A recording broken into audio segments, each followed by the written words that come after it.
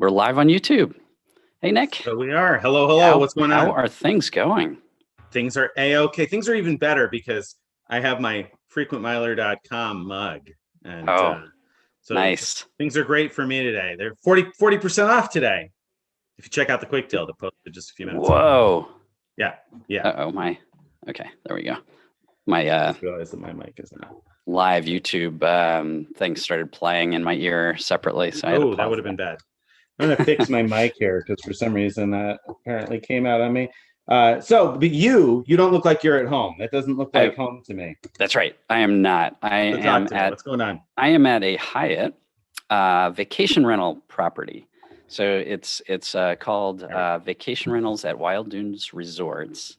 And so they rent out what are essentially timeshare properties. So it's full apartment right on the ocean in South Carolina. And so we, because of the pandemic and how much it's been raging, we've been hesitant to fly again. And so we decided to do a driving trip. We drove first to North Carolina, and then now we're doing 6 nights here in South Carolina. And so far so good. Just got in last night, but everything's looking great. Even though it's only supposed to be a high in the 50s this morning, when it was only supposed to be about 40 degrees out, according to the weather forecast, the sun was hitting our balcony enough that I was able to take breakfast outside and sit outside in the sun, and it was totally comfortable. Nice. So yeah. It's already paying off. And even better, Wild Dunes Resorts is listed in the 4X qualifying resorts for Hyatt bonus journeys. So we're going to earn 4X for the paid stay. Pretty good deal. Double elite nights, the whole 9 yards. Exactly. Not a bad deal. Right. Nice. So you're there 5-6 nights, you said, something like that? 6 nights. Yeah. It's 6 nights. It's a buy 2 get 3rd night free deal. So we did 6 nights. Yes. We'll see whether we could, stretch it a couple more or 3 nights more at the end of this. I don't know whether we have some commitments we have to get back to, so probably not. Yeah. We'll see. Well, anyway, it's nice good. to have that flexibility. Yeah, nice. Yeah. I'm sure. I'm jealous looking at your view. I saw your view and I was like, oh man, that is much nicer than what I'm looking at outside right now. Nothing but snow and cold and miserableness of upstate New York winter. So I've been looking south and thinking I'd much rather be someplace farther south, and then you had to go and do it and make me even more jealous. Well, I mean, South Carolina is exactly where you were, right? When I was suffering up north. So we're just swapping places. It's true. So enjoy, I suppose. All right, we got some questions. Thank you. So I'm thinking since you've got your glasses on, you can be the official question reader today. Does that work for you? I had a feeling that was going to be the case. Yeah, that's fine. Okay, cool. Question number 1 comes in from Grant. Morning, Grant. Grant says, good morning, Greg and Nick. Or good afternoon, I guess, as the case may be. Morning from the West Coast, not Grant. It said, happy Inauguration Day Eve. With all the temporary spending bonuses and increased category bonuses, what cards are you currently using for gas, groceries, and restaurants? I feel like we have an embarrassment of riches with all the cards to choose from. Thank you. And I think that was kind of your wording on this just a week or two ago, a couple of weeks ago, where you said an embarrassment of riches, right? So what are you using for gas, groceries, and restaurants? Yeah, well, gas and grocery is a no-brainer for the next 4 months for me, because about 2 months ago I signed up for the Platinum card, which has that 10x offer that's for gas and groceries. So that's obvious. Probably my wife will probably sign up for that card very soon as well. So that'll mean 6 more months of using a Platinum card for those. Restaurants, we just now fell off the +3 deal on our Amex Gold card. So we were previously earning the default 4X on the Gold card +3 extra for all spend. So we're getting 7X there. So that card is still in my wallet. So at least for the trip I'm on now, that will be the go-to restaurant card, I think. But maybe my Prestige card will reappear in my wallet for restaurants. So pretty soon. So we'll see. How about you? Any different answer for that? Gas and groceries, same platinum card. And if and Yep. when we reach the cap, then it'll be the freedom card that we opened in August, because we have the first year 5X and up to Right. 12K on that. So once we eventually run out of bandwidth on the platinum card, or more likely run out of time on the platinum card, it'll be back to that. For grocery, and for gas, of course, the platinum card. And then when we go to restaurants, which we're not really going to restaurants, we pick up now and then, but even then, Mhm. we really haven't been doing much of that because, here at home, there's just not very many options for that. So, Right. and I've been kind of mystified as to what to use, because I don't think there's any particular bonus on restaurants right now. So we used the Sapphire Reserve for a recent restaurant purchase. I used my Ritz card once, which I think earns 4 points per dollar at restaurants, but that was just more so convenience. It happened to be on me. And I was like, I think this has got a restaurant bonus. It's not usually the card I use at restaurants, but so yeah, a restaurant, I don't have a go-to restaurant card. I use the Sapphire Reserve also because I figured you could do the pay yourself back with that, right? So if I wanted to, I could. I don't know that I will, but at least I had that option. So that for now. Now, another question, if you're Mark going to hop in and ask. Actually, let me just, before we get away from the restaurant bonus category, Okay. I think it was a good point about almost all my restaurant spend right now is for food delivery. And so a few things there, like there's the Grubhub $10 a month credit on the gold card.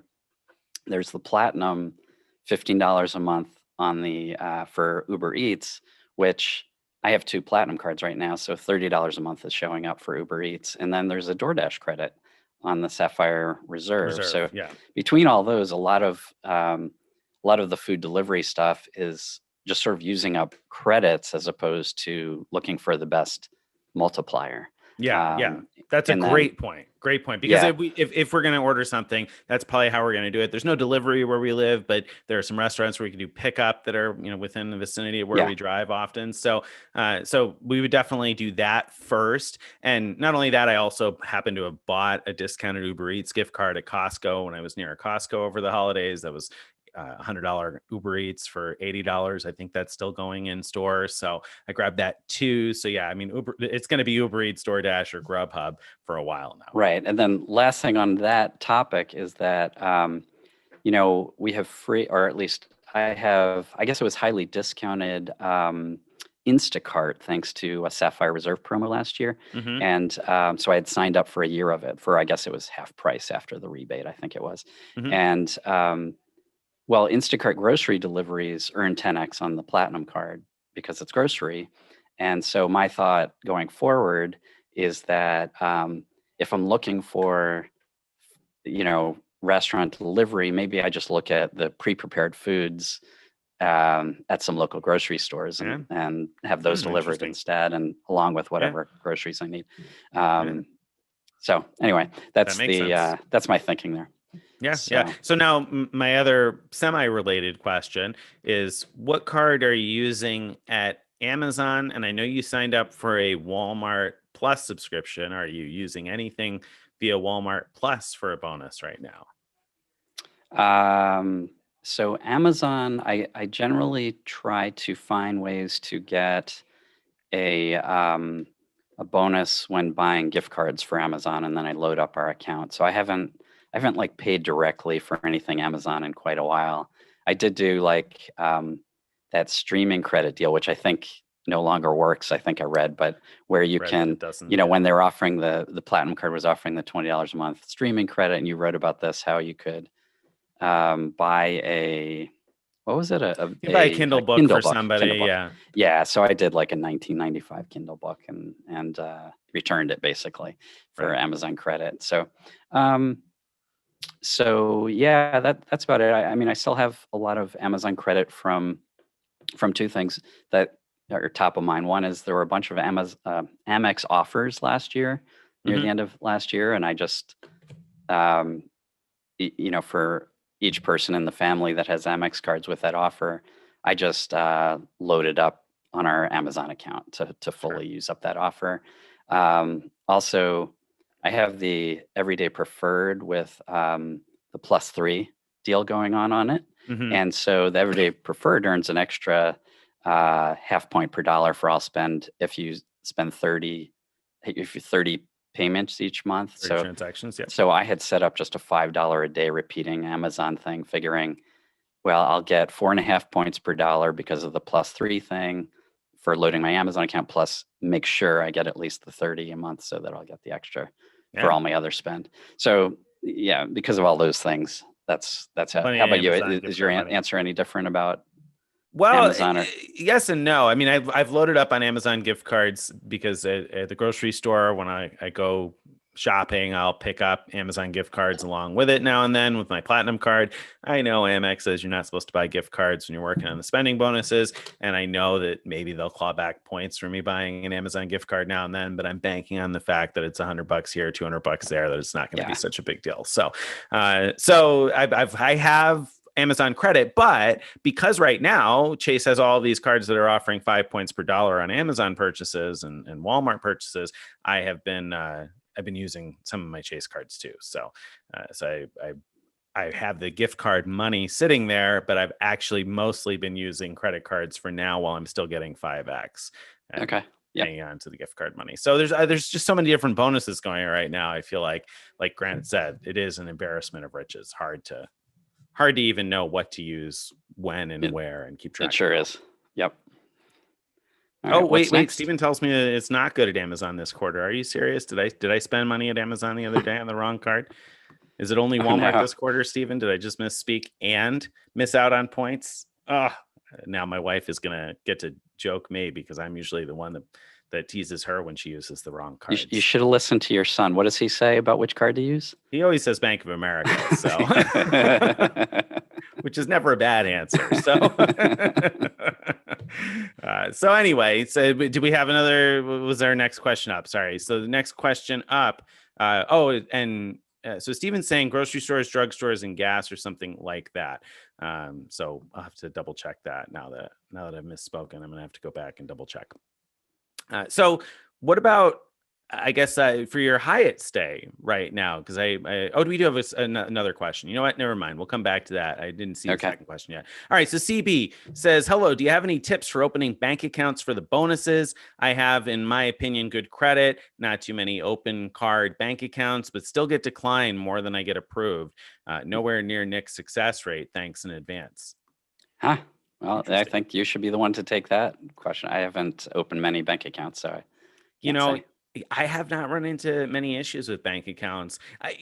So if you open them in velocity, in too quick succession, if you try to open like 5 at once, then there's a chance that you're going to start getting declined. So that's certainly a potential problem. Some banks are more sensitive to programs called check systems and early warning systems, which are reporting agencies, like credit reporting agencies for checking accounts. And if you're opening a whole bunch of checking accounts all at once, there's some risk formulas that'll say, hey, you're too risky because maybe you're trying to open these accounts so you can write a check from one to the other and get the money and run and that sort of thing. So there are some that are more sensitive, and typically I get most of my bank account bonus information from Doctor of Credit because they're really good about posting bank account bonuses, and they typically include information about whether or not a bank is early warning system sensitive or check system sensitive and who they might report to.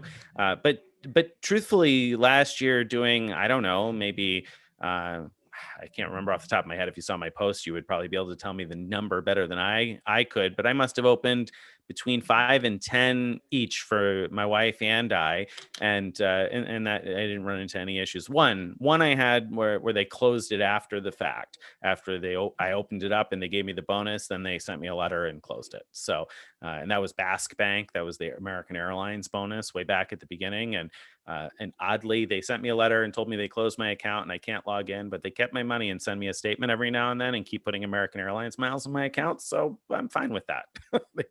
They can hang on to it, and someday I'll get it back. But so do I have any particular suggestion for you? The only thing I would suggest is to check maybe your check systems report, because you can request a copy of your check systems report just like any credit bureau, and make sure that there's nothing on there that's incorrect. Like, if you were overdrawing accounts accounts or something like that, those can raise red flags in the checks system. Banks will report that.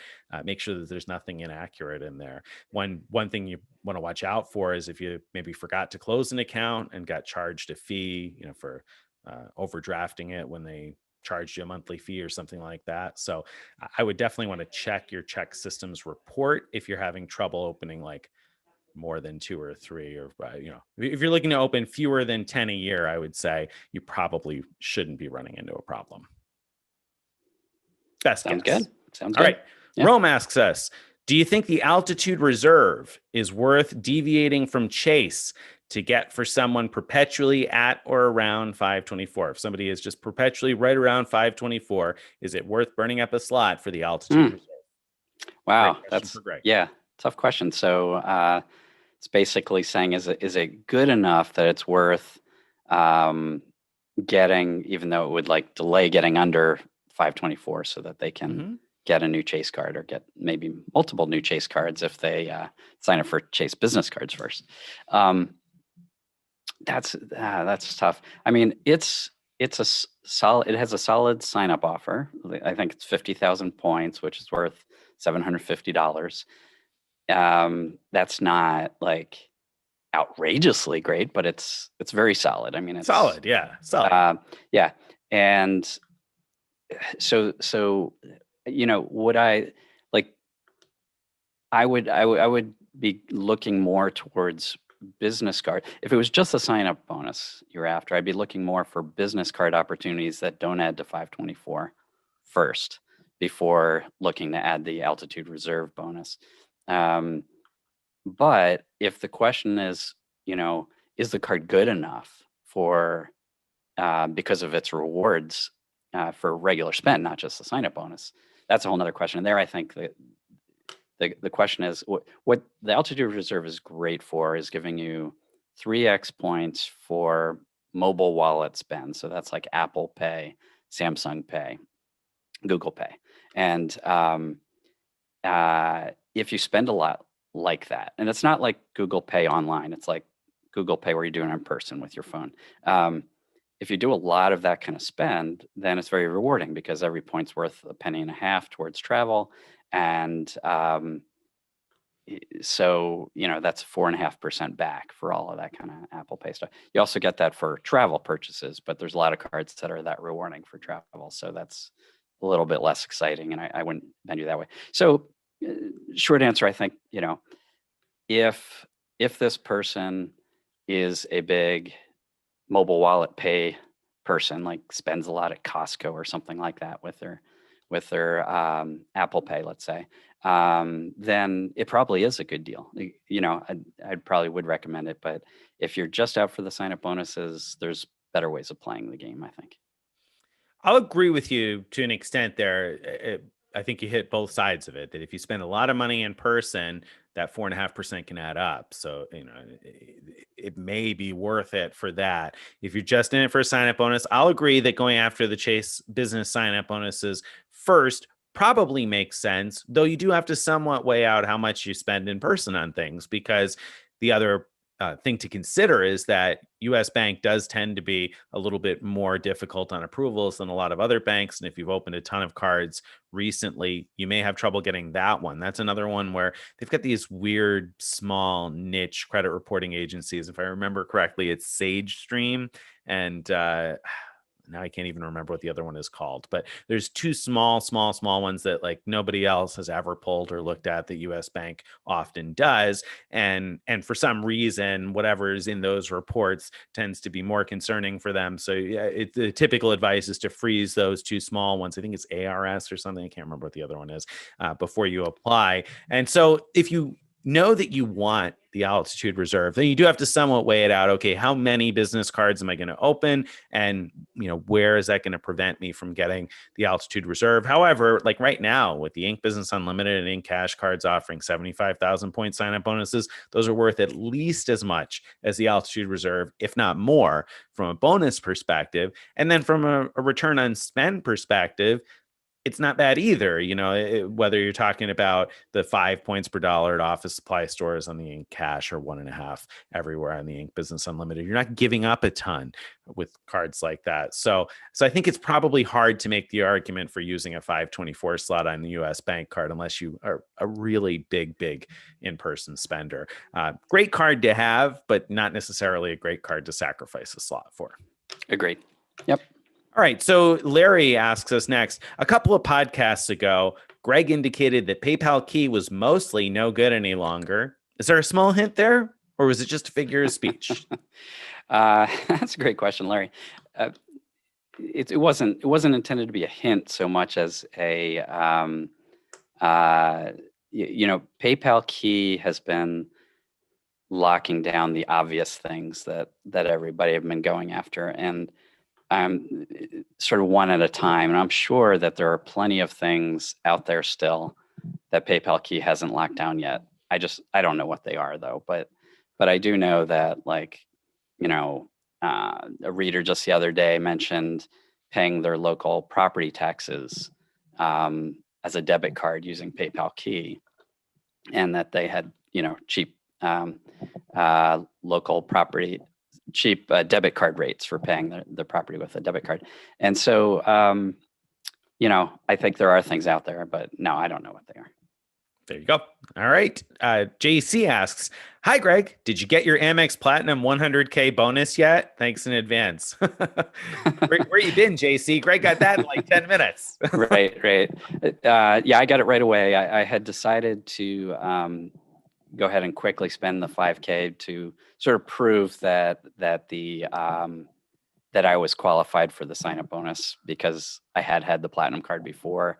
I assume that you'd read my bending Amex's lifetime rule post. I thought I had updated that post with the information that I had received the bonus, but maybe I hadn't. So I should go back there and do that.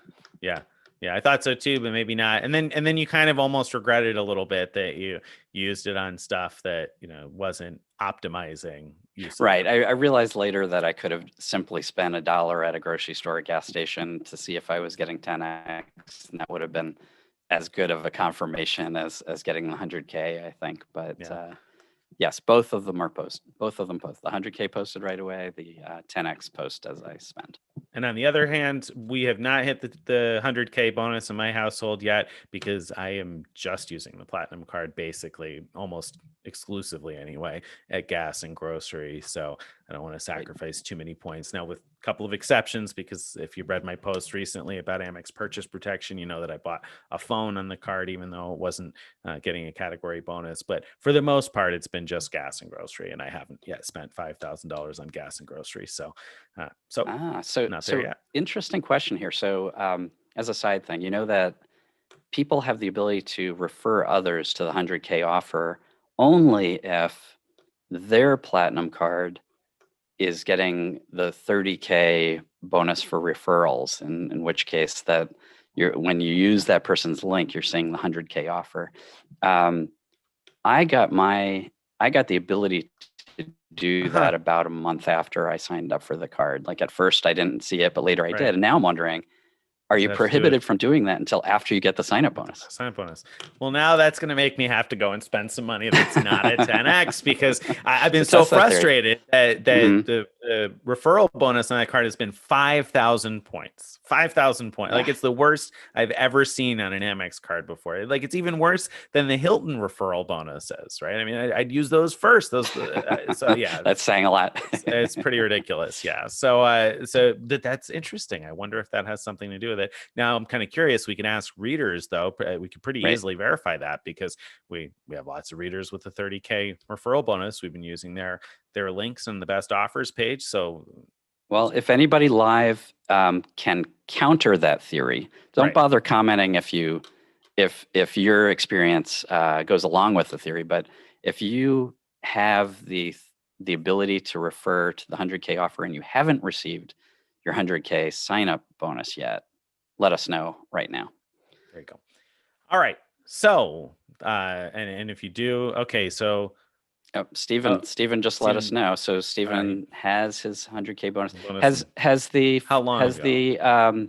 has the next statement closed since you got your 100K bonus, though? That's part of, I guess, the next question. I'd say there might be a lag between it. He says, I think so. Yes. All right. Well, so maybe. All not. right. Thanks a lot Maybe for proving that wrong. So much for that. So much for that.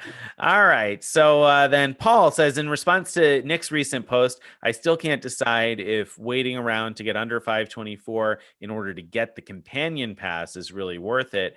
Please help. So what he's asking basically is, I said, the companion pass is still worth it, but not really probably this year for most people. It would make more sense to wait on the companion pass until January of 2022. So you get all of 2022 and all of 2023, presumably more time when you can actually travel and enjoy it.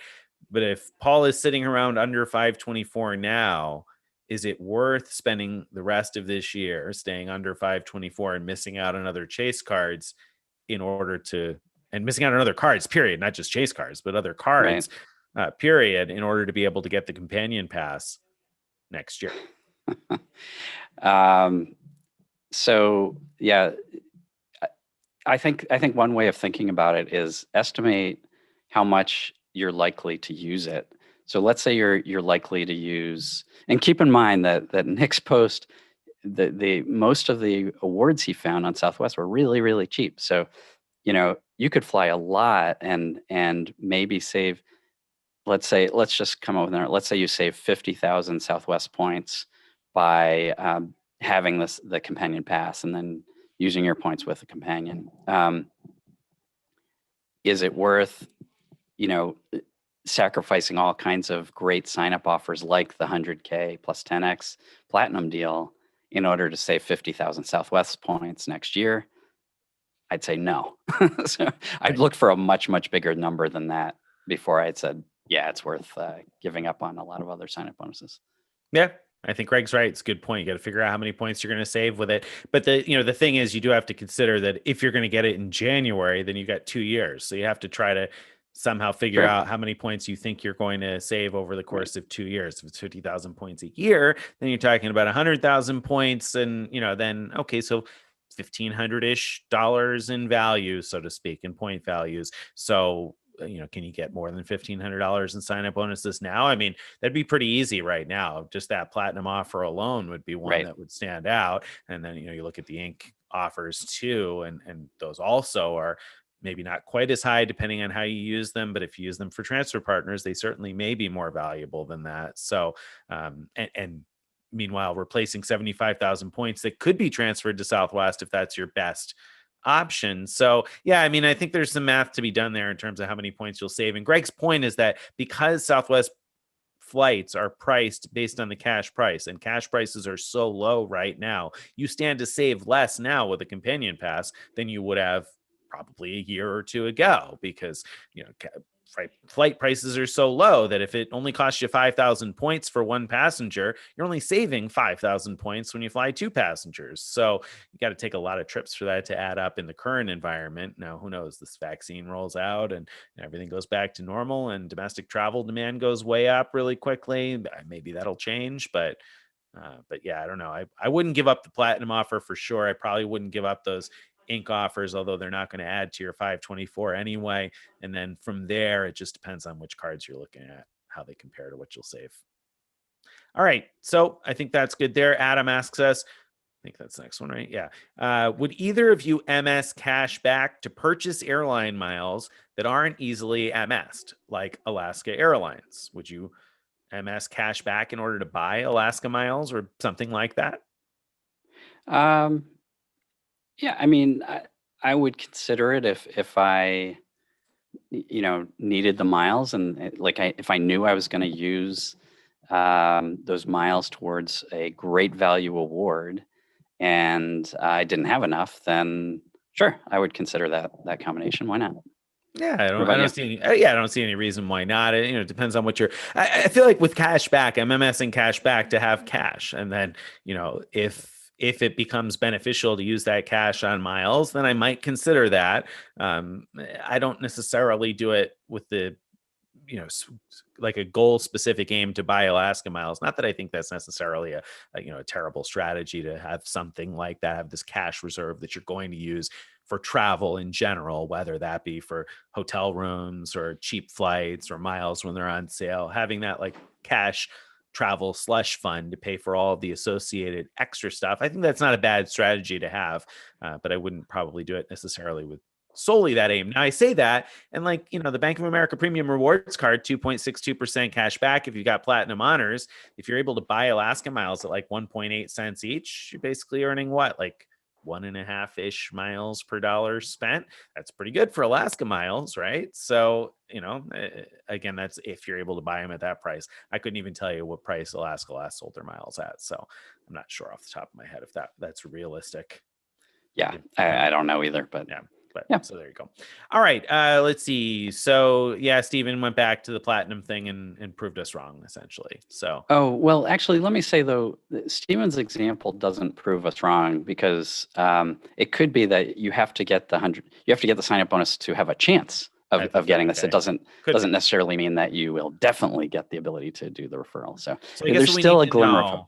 Is if anybody has the 30K referral that has not gotten their sign-up bonus yet. Bonus. That would prove my theory That's the wrong. question that we right, really need right. an answer to. So Stephen, try again. Yeah, nice try, Stephen. Thanks. But you're not going to rain on our parade today, Stephen Pepper. No, Stephen no, Pepper. Stephen Pepper. Okay, so Jonathan then asks us next, where is the line between being a points enthusiast and having an addiction? Asking for a friend. When you have to ask, you've crossed the line. That's right. If you have to ask, I think probably your family will let you know when you've reached that point, right?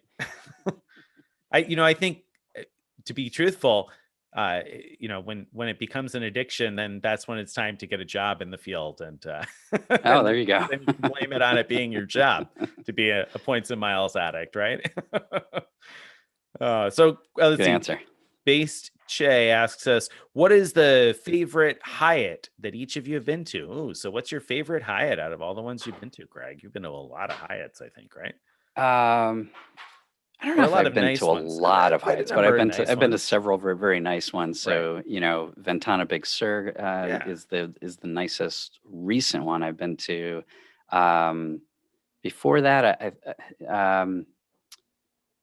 boy. So as far as resorts go, the one in Costa Rica, the Andaz Papagayo is great. And then I've been to a few like Park Hyatts that were very nice, but those are more like luxury city hotels. So it's a very different, it's very different to compare it to resorts like Ventana or Papagayo. But both the one in Paris, the Park Hyatt in Paris, and in Zurich, I've been to, and both of those were fantastic. So if I had to pick one, I might actually pick Big Sur, just because there's something, I just love Big Sur, that area. And so it's just a very special place. Nice. For me, it was a tougher one to come up with an answer to. I was thinking about it while Greg was talking. I feel like Hyatt, I've liked so many of them. I guess if I had to pick one, it would be the Grand Hyatt Kauai, but that's at least half because of the great room upgrade I got the last time I was there on a guest of honor stay, and like 40% because I love Kauai, and partly because it's a nice hotel. I mean, it is, I don't know, it's big. It's like a big convention hotel. So people who hate that type of a feel aren't going to like it, but it's relatively nice and well kept. So I like the Grand Hyatt Kauai quite a bit. The Park Hyatt Mallorca, which is no longer a Hyatt, unfortunately, has like the nicest Hyatt room that I've ever had. So from a room perspective, that place was great. And it really is a beautiful, cool looking place. But again, no longer a Hyatt, and location wise, not my favorite location wise. And then if we're going to allow ourselves to branch out into small luxury hotels of the world, then I really enjoyed that Schloss Hotel Kronberg outside of Frankfurt that I stayed at. It was like 20,000 points a night. You stay in a castle. Really kind of a neat thing, a little bit of history there, because when the U.S. occupied Germany, Eisenhower stayed there and designed the golf course. And, so it's kind of interesting. One of those random things. Yeah, I thought that looked amazing. And if we're going to go to SLH, I had a great stay at Wentworth Mansion, which is in Charleston, South Carolina. and another very nice stay in Fort Lauderdale at the Pillars Hotel. So both of those I'd highly recommend as well. Nice. Yeah, I mean, it's hard because I feel like I could, there's plenty of other places. The Park Hyatt Saigon is gorgeous. The Park Hyatt New York I love. So, like, I mean, there's a lot of different places that I like. It'd be easier, be a much shorter list to list the Hyatts that I didn't like. Right. There just aren't very many of those. So, overall, I think Hyatt, it's hard to strike out with Hyatt in general, especially if you're staying at the higher end Hyatts. I mean, if you're staying at a Hyatt Place, you're going to basically get the Hyatt Place experience anywhere you go. And I like that. It's not bad. So, but it's not going to stand out. But the higher end Hyatts are rarely disappointing. I think that's right. Agree. Blanket statement. All right. So David says there's been conflicting reports stating that the JetBlue 100K card are ending today and others January 31st or February 7th. Do either of you have insider information and know the exact end date on the JetBlue 100K offer? Oh, wow. I can answer this for me really easily. No, I don't have any information. Me either. No idea. I saw yesterday that Dr. Credit posted that it was the last day, and I was like, oh, is it the last day? I wasn't aware that it was the last day. So yeah, no, I don't know. Sorry. But theoretically, because you said it that way, it's still alive today. Like you can click through and I would guess so. I haven't checked yet. Okay. I haven't checked yet today. No. So don't know. But if you're interested in it, I wouldn't wait because those 100K offers were never going to last forever. That's definitely a temporary thing and not a long-term thing. So I would get on that sooner rather than later either way. All right. So Michael asks us then, do you think it's really worth mattress running 12 nights for Hyatt Globalist, even for the limited Globalist that you get for 30 elite nights? Is it worth mattress running? He needs 12 nights. I don't know exactly what his situation is, but maybe he's got some nights from the credit card or whatever else. And so it would be 12 nights in order to get credit for 24, which apparently together with what else he has would put him at 30. Maybe he's spending some money on the credit card, etc. Is that worth a mattress run? Because right now, when you get to 30 elite nights, you're going to get globalist status and a bunch of benefits, but you're not going to get those coveted suite upgrade awards because those you don't get until you hit 50 or 60 nights. Right. Is it worth going after globalist? Is it worth going after 30-night globalist status, Greg? Yeah. I think if you think you're going to spend a decent amount of time at Hyatt hotels in the next 2 years, then yes. Just because you don't get into a suite, you still get treated great. I mean, that's one thing that's one reason we love Hyatt is that when you get that top tier status, there's every Hyatt I've been to, almost without exception, just treats their top tier elites very, very well. And I can't say that about Marriott. Right. With Marriott, it's like based on the property. Some treat you very well, others not so much. And so yeah, I would do it. You'll still get nice upgrades upon check-in. You'll still get the free breakfast. You'll still get the lounge access, free no resort fees. Free parking on award stays. I mean, it goes on and on. So I think you hit the nail on the head. That Hyatt does a great job at recognizing top tier elite status and just treating you well, giving you nice welcome amenities, giving you upgrades when, for example, there's been a lot of concern. Are you going to be able to get a suite upgrade as a globalist member? And technically you're only entitled to an upgrade to a standard suite if it's available. But as a globalist in the past, there've been plenty of times where I hadn't used a suite upgrade and I just got upgraded to a suite, and often not the standard suite, often a much nicer than standard suite as a globalist member. And even at places like the Park Hyatt New York, I got a pretty out of control suite there that was not the standard suite. It was a higher level suite without using a suite upgrade. And I'm not the kind of big spender that is spending enough at the Park Hyatt for them to want to impress me. They just happen to treat globalist members really well there. So, or not necessarily there, but in general at Hyatt's, I would say. Right. So yeah, I think it's totally worth it. And like, look at what you're going to save if you're going to stay at any Hyatt's in the next 2 years between no parking on your award stays, free parking on your award stays, which can really add up if you visit Citi hotels at all, free breakfast, free lounge access. Without the suite upgrades, you're still, coming out pretty well if you're going to stay at Hyatts, even a handful of times at nice Hyatts, anyway, higher end Hyatts in the next couple of years. Now, if you're not sure that you're going to stay at those places, well, then that's where you have to do the math. But there's never going to be another opportunity quite, I say never. And that's unlikely to be another opportunity quite like this anytime soon. Normally this takes 60 nights. Like you're talking about the opportunity to do it for 12. Normally you need to do 60 nights to get this. Like this is a huge reduction. Right. All right. Okay. All right. So we agree there. Let's see. Larry asks us, are the Hyatt milestone levels based on the 2x earnings days, meaning you need only 15, I think, to get a category 1 to 4 cert, or the actual number of stays, meaning 30 stays? They're based on how many elite night credits you get. Since you're getting double elite night credits, when you earn 30, you get that free category 1 to 4 night, but you earn 30 with 15 nights of stays because of the doubling. So it's too confusing to think of it as like you get the free night after 15 stays, because that's not, you might not earn all of your nights during the doubling period. You might not earn them all from actual stays. You might earn some from credit card or credit card spend. None of those are doubled. So just think of it as like milestone rewards stay exactly the same, same requirements as before. It's only elite status levels that are halved for this year. Right. So the answer to your question is yes. If you stay, if you've registered for the promotion, you stay 15 nights by the end of February. Yes, you will get a category 1 to 4 certificate because you will have earned 30 elite nights. So like Greg's saying, just look at the total number of elite nights you have earned, and that's what determines your milestone benefits. So forget about doubling and 2x and 1x. How many elite nights are in your account? Did you meet the number of elite nights? Yes, great. Doesn't matter how many nights you actually spent in a hotel. It's how many elite night credits you have. Right. Okay. Doyle asks us, hey, Doyle, long time no see. Doyle says, I'm looking to get the Citi double cash. And I've heard you say before to get an American Airlines card and then downgrade after a year. Is that still your advice? More interested in cash now than points.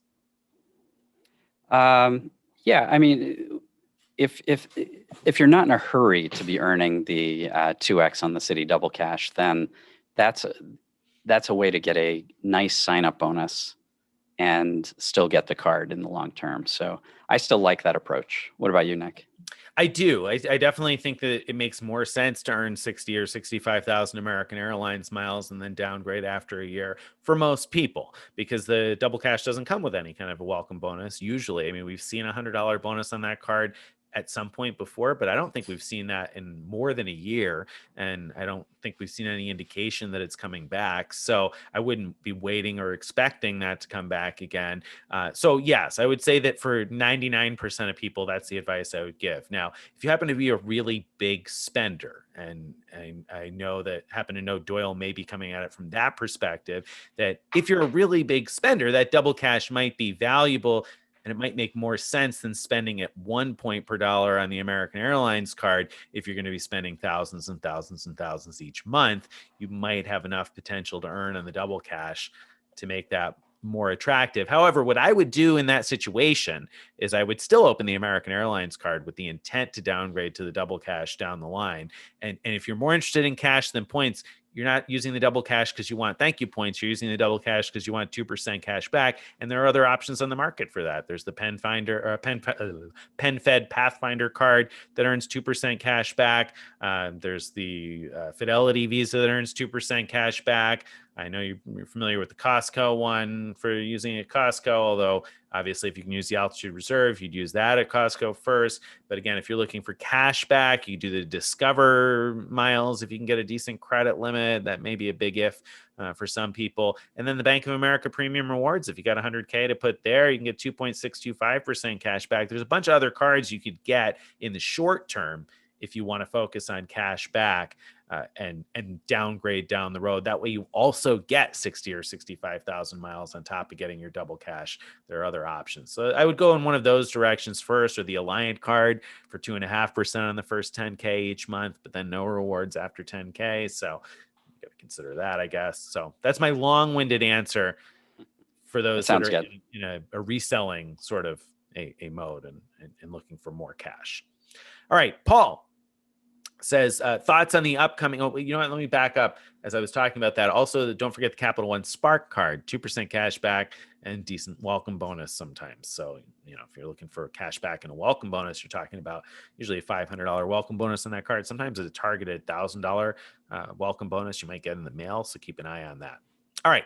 That's that for Doyle. Paul, thoughts on the upcoming Aeroplan card from Chase later this year? Are you planning to get it, Greg? What do you think? Has any more information come out about it? I don't think we know anything about it. I haven't heard anything else either. So what would it take for you to get it? What would be something that would be like, okay, yeah, I would definitely get that. What would it have to look like for you to be like, yes, I am going to put a 524 slot down on the Aeroplan card? Yeah. So I'm over 524, but I had just last year finally gotten under so that I could get the Hyatt card, and I'm awfully glad I did now. But I thought I was done with getting new Chase cards, so I'm like rolling forward with the platinum card, obviously, and whatever else shows up. So it'd have to be really special for me to say, oh, I'm going to back up and wait a while till I can get the Aeroplan card. I have a hard time imagining what they could do, just because most perks are likely to revolve around flying Aeroplan, and there's nothing wrong with that. I just don't do it very often. So I'd be surprised if they offer such a compelling card that I would be willing to stop signing up for new cards in order to get under 524. So I could get this one. What about you? Even if you're under 524, I have a hard time imagining what they would offer that would be worth using a 524 slot, especially because Aeroplan is now going to be a Chase transfer partner. You can get 75,000 points that you could later transfer with one of the Ink Cash cards, Ink Cash or Ink Unlimited. And then on the Amex side, get so many opportunities to rack up Amex points to transfer to Aeroplan. Aeroplan miles are not hard to come by, they're in fact one of the easier types of miles now to come by. So I'd have a hard time seeing what would be compelling. It's kind of like the Air France card. I guess it keeps your Air France miles alive, but there's lots of other ways to get Air France miles. So 50,000 points, you have to do better than that, Bank of America. You know what I'm saying? I mean, the one thing I can imagine that would be compelling would be if there's an easy way to use the card to get to Star Alliance Gold, which then gets you into Star Alliance lounges when you're traveling on Star Alliance carriers. So if it had that, then I still probably wouldn't get it, but I'd be a little disappointed that I couldn't. Yeah, I mean, it'd have to be pretty darn interesting for that, for status. I guess status would have to be the benefit, getting status, whether they give you some level of status with it or give you an easy path to some level of status. That would have to be it, because I don't think there's a number of miles. I mean, I'm sure that there's a breaking point somewhere where I'd be like, all right, 200,000, I'm signing up. But I don't think there's a realistic number. I think that even if it was 100,000 miles with like 20K spend, like the British Airways cards, I still don't think I'd probably go after that. No. And that sounds like a pretty likely possibility too. And yeah, we'll see. Yeah. All right. So, all right, Paul, there you go. So we're not too excited about it just yet. We'll see. Maybe that'll change when it comes out. Devin says, what are your thoughts on the current state of MS, gift cards, prepaid cards, etc., among Chase and Amex? What are your thoughts, Greg? Among Chase and Amex, I assume he means about using Chase and Amex cards to buy those things. I assume.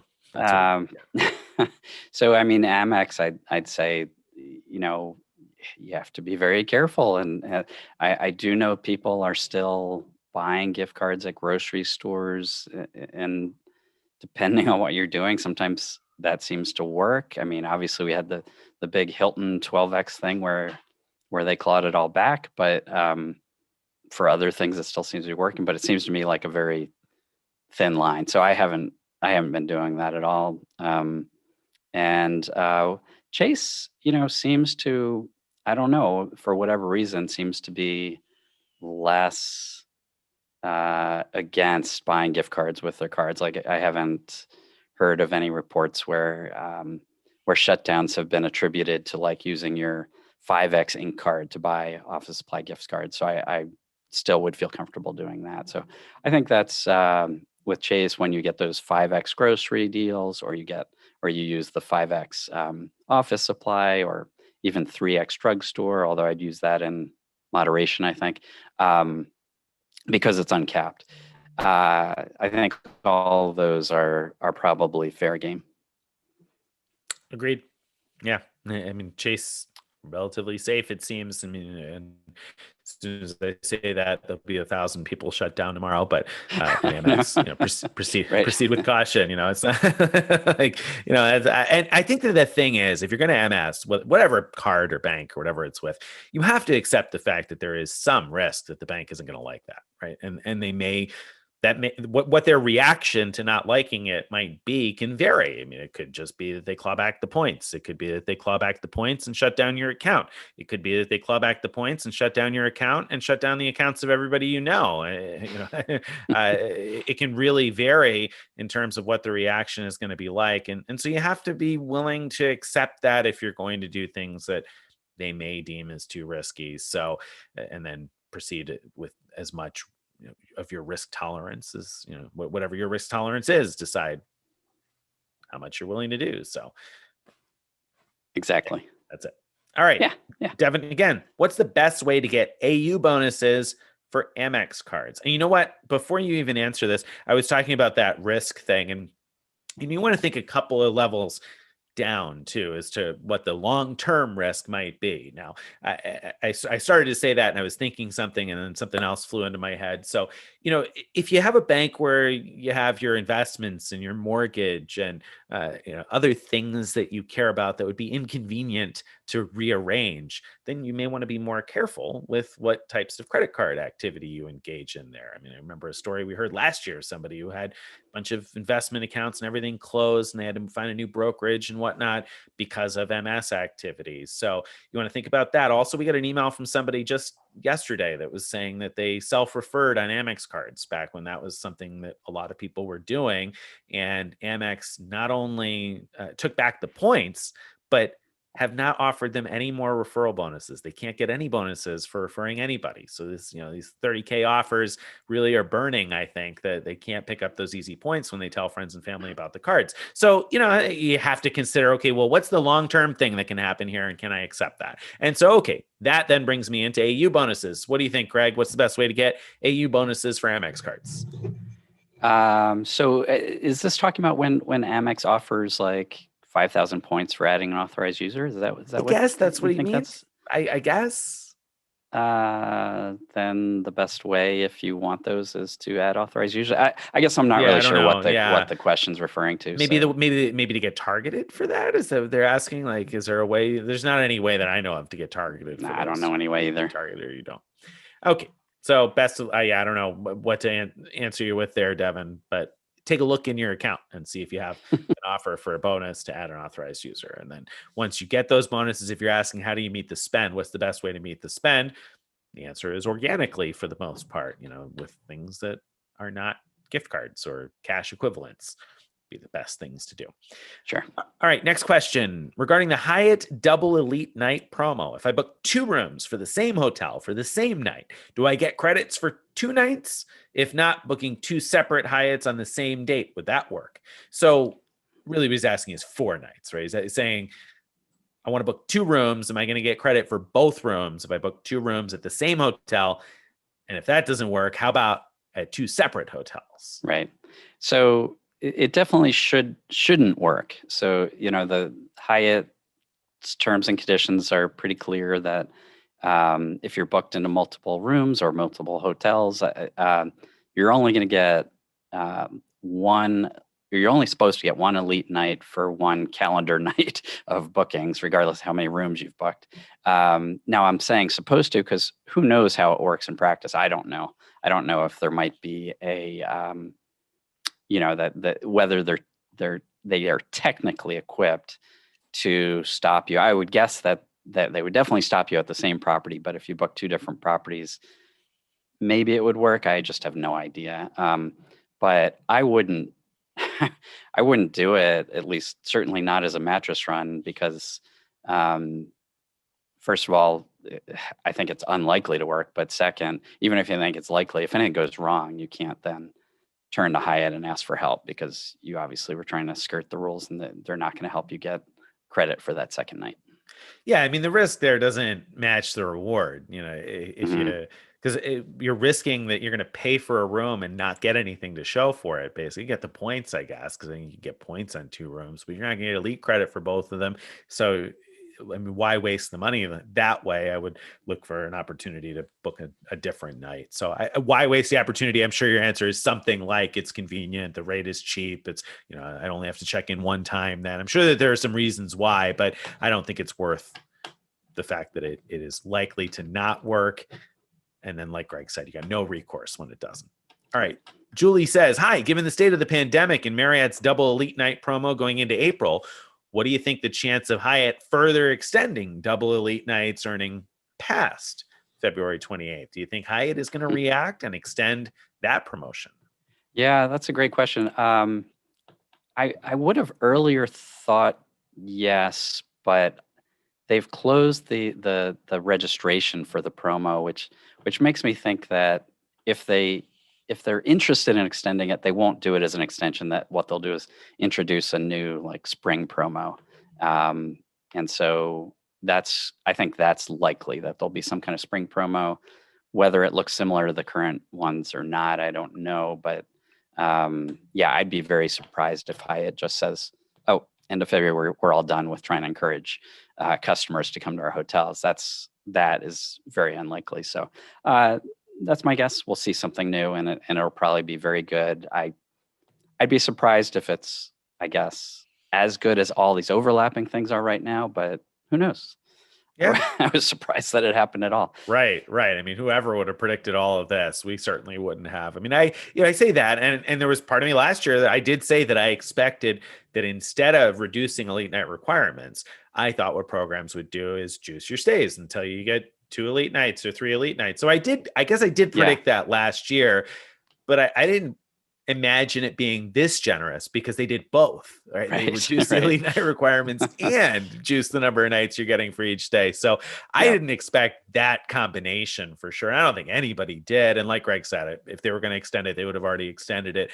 Very possible we'll see more promotions like this year. So I think that's almost likely, as things continue not being good for hotel chains, that they're going to do what they can to encourage people to come in the doors. So I wouldn't be surprised at all to see a similar promotion come around, or even triple elite nights at some point. I mean, that seems too generous if they're going to also half the requirements for elite status. But at the same time, if things are bad enough for long enough, I don't know, maybe those are the types of things that don't cost Hyatt a lot to offer. So, that's an easier promotion to offer, probably the extra elite night credits versus extra points, which are a liability on a balance sheet somewhere. Elite night credits probably aren't. So it's a relatively inexpensive thing for them to offer. So I would expect to see perhaps more, but not an extension. Okay. Very good. So finally, David asks, where does Nick live with no delivery? The middle of where nowhere, in Siberia David. do you live, Nick? Yeah, I mean, it's like it's cold and desolate. They're like, I live in the middle of nowhere, David. The town I live in has like 1,000 people, and so I live in the middle of nowhere in upstate New York, and the closest somewhere is like 30 miles away, and that's a town of 4,000 or 5,000 people or something. So, there's not much going on where I am. So no delivery, but that's good because it saves me a lot of money. I don't order out very often. Bad because it makes it hard for me to use the gold card monthly credits. I only use those 4 or 5, 6 times a year, maybe if I'm lucky. So I got to work on that. All right. One more question, I think. Right? Are we out of time? We've got 1 minute, so let's do this one quick. So Saeed says, regarding gift cards with Amex Platinum and possibility of clawback, does it make any difference buying from stores that do not collect level 3 data? What do you think? That do not collect? Yeah, I would. I would guess it does. Sure. The level 3 data is where Amex can see that you're buying the individual items you're buying, like gift cards. So if they can't see that, and I think as long as you avoid spending $505.95 on each grocery trip or some multiple thereof, then I have to assume that it would help. Sure. Yeah, I would exactly. That's all I have to say about that. All right. Well, thank All you guys right. very much for being out there with us today. We always enjoy it, and we will see you again in 2